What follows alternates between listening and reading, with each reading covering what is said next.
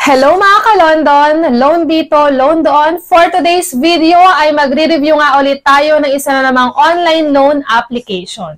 Minsan talaga dahil sa hirap ng buhay ay hindi natin maiwasan na makaranas ng kagipitan. Kaya naman naghahanap tayo ng mga online loan application na pwede nating lapitan. Kaya naman nagre-review tayo ng mga online loan application para matulungan kayong maghanap ng mga pwede ninyong pagloanan.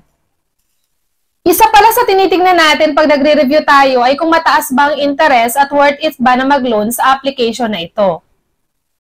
Ang i-review nga pala natin ngayong online loan app ay ang Dance Peso Safe Cash Loan. Baka madalas nyo na rin nakikitang nag-a-appear ito sa mga phone ninyo.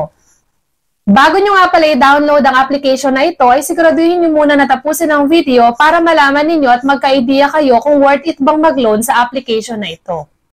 Titignan natin kung maaasahan ba talaga ang loan app na ito sa oras ng pangangailangan o isa lamang itong loan shark. Ang loan application na ito ay may 4.8 na ratings at pwede kang mag-loan ng hanggang 50,000 pesos na pwede mong bayaran ng up to 12 months or isang taon. Safe and secure ang loan kasi registered ito sa SEC.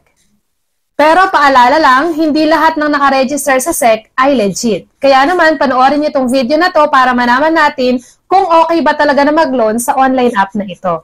At kagaya rin ng ibang app, pwede kang mag-loan basta ikaw ay 18 years old and above. At ayan na nga, in-install ko na. At ang provider nga pala nito ay ang Uniban Credit Corp.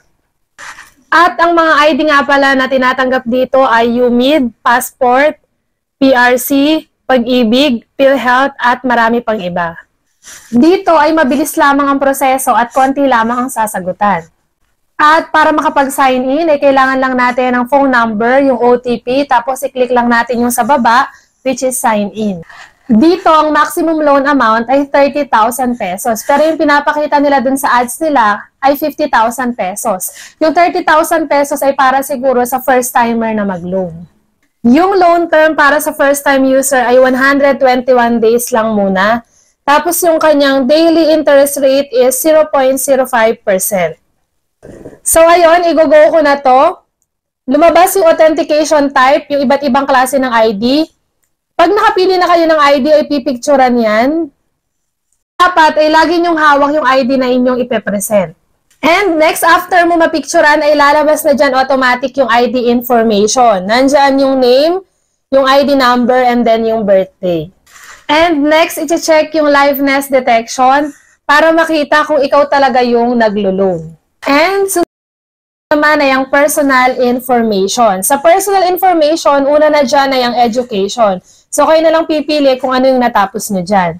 And then, susunod naman yung marital status. After nun ay yung number of credit cards. Sa number of credit cards, kung wala ka namang credit card, ilagay mo na lang dyan ay 0. Susunod naman yung email. Sa email address, kailangan yung email natin ay alam natin ang password at nakaka-receive ng messages. After nun is gender and residential address. At yung huli ay yung loan purpose. Kung anong purpose mo, nandyan din, pipili ka na lang. And ang next naman ay ang work information. Sa work information, syempre hindi mawawala dyan yung company name, kung saan ka nagtatrabaho, company address, company phone number, tapos yung profession mo, kung anong trabaho mo.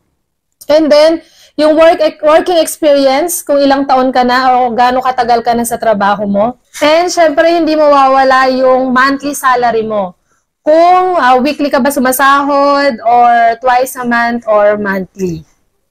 At dumako na tayo sa contact reference. Hindi mawawala yung contact information pag naglo-loan tayo. So dito kailangan natin ng 5 contact reference. Kailangan nila i-provide yung phone number nila at kung anong relationship natin dun sa 5 contact reference natin na yun. At ang susunod naman natin ay ang link payment account. So, kagandahan lang sa mga online loan application na to ay meron tayong 2 pagpipilian. Pwedeng through bank transfer or e-wallet. So, sa e-wallet, marami tayong pwedeng pagpilian. Pwedeng GCash, Coins, PayMaya, GrabPay, Shopee, and OmniPay. At nandyan din pala yung mga banks na pwedeng pagsendan nung niloan nating pera. At dumako na tayo sa pinaka-exciting na part, Ito na nga po yung details ng loan. Totoo nga kaya ito yung makatutulong sa oras ng pangailangan o hindi?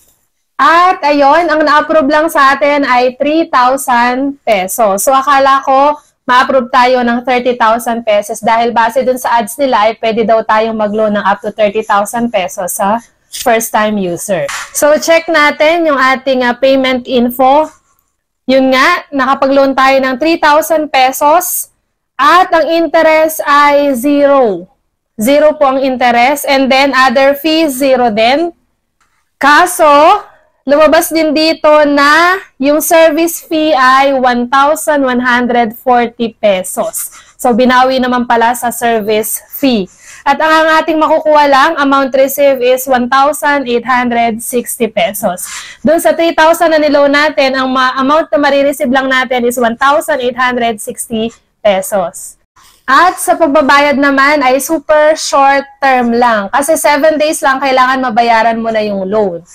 Sa unang pagbabayad, kailangan makapagbayad ka ng 2,970 pesos. Pag on time ka nakabayad ng 2,970 pesos, ay hindi ka na magbabayad ng pangalawa, which is 30 pesos. So, ang total lang na babayaran mo is 2,970 pesos. So, doon na nga natatapos ang pagre-review natin dito sa Dance Peso Loan App. So, nasa sa inyo pa rin kung itutuloy nyo pa yung paglo-loan o hindi na. Hanggang sa susunod nating pagre-review mga ka-London. Bye-bye!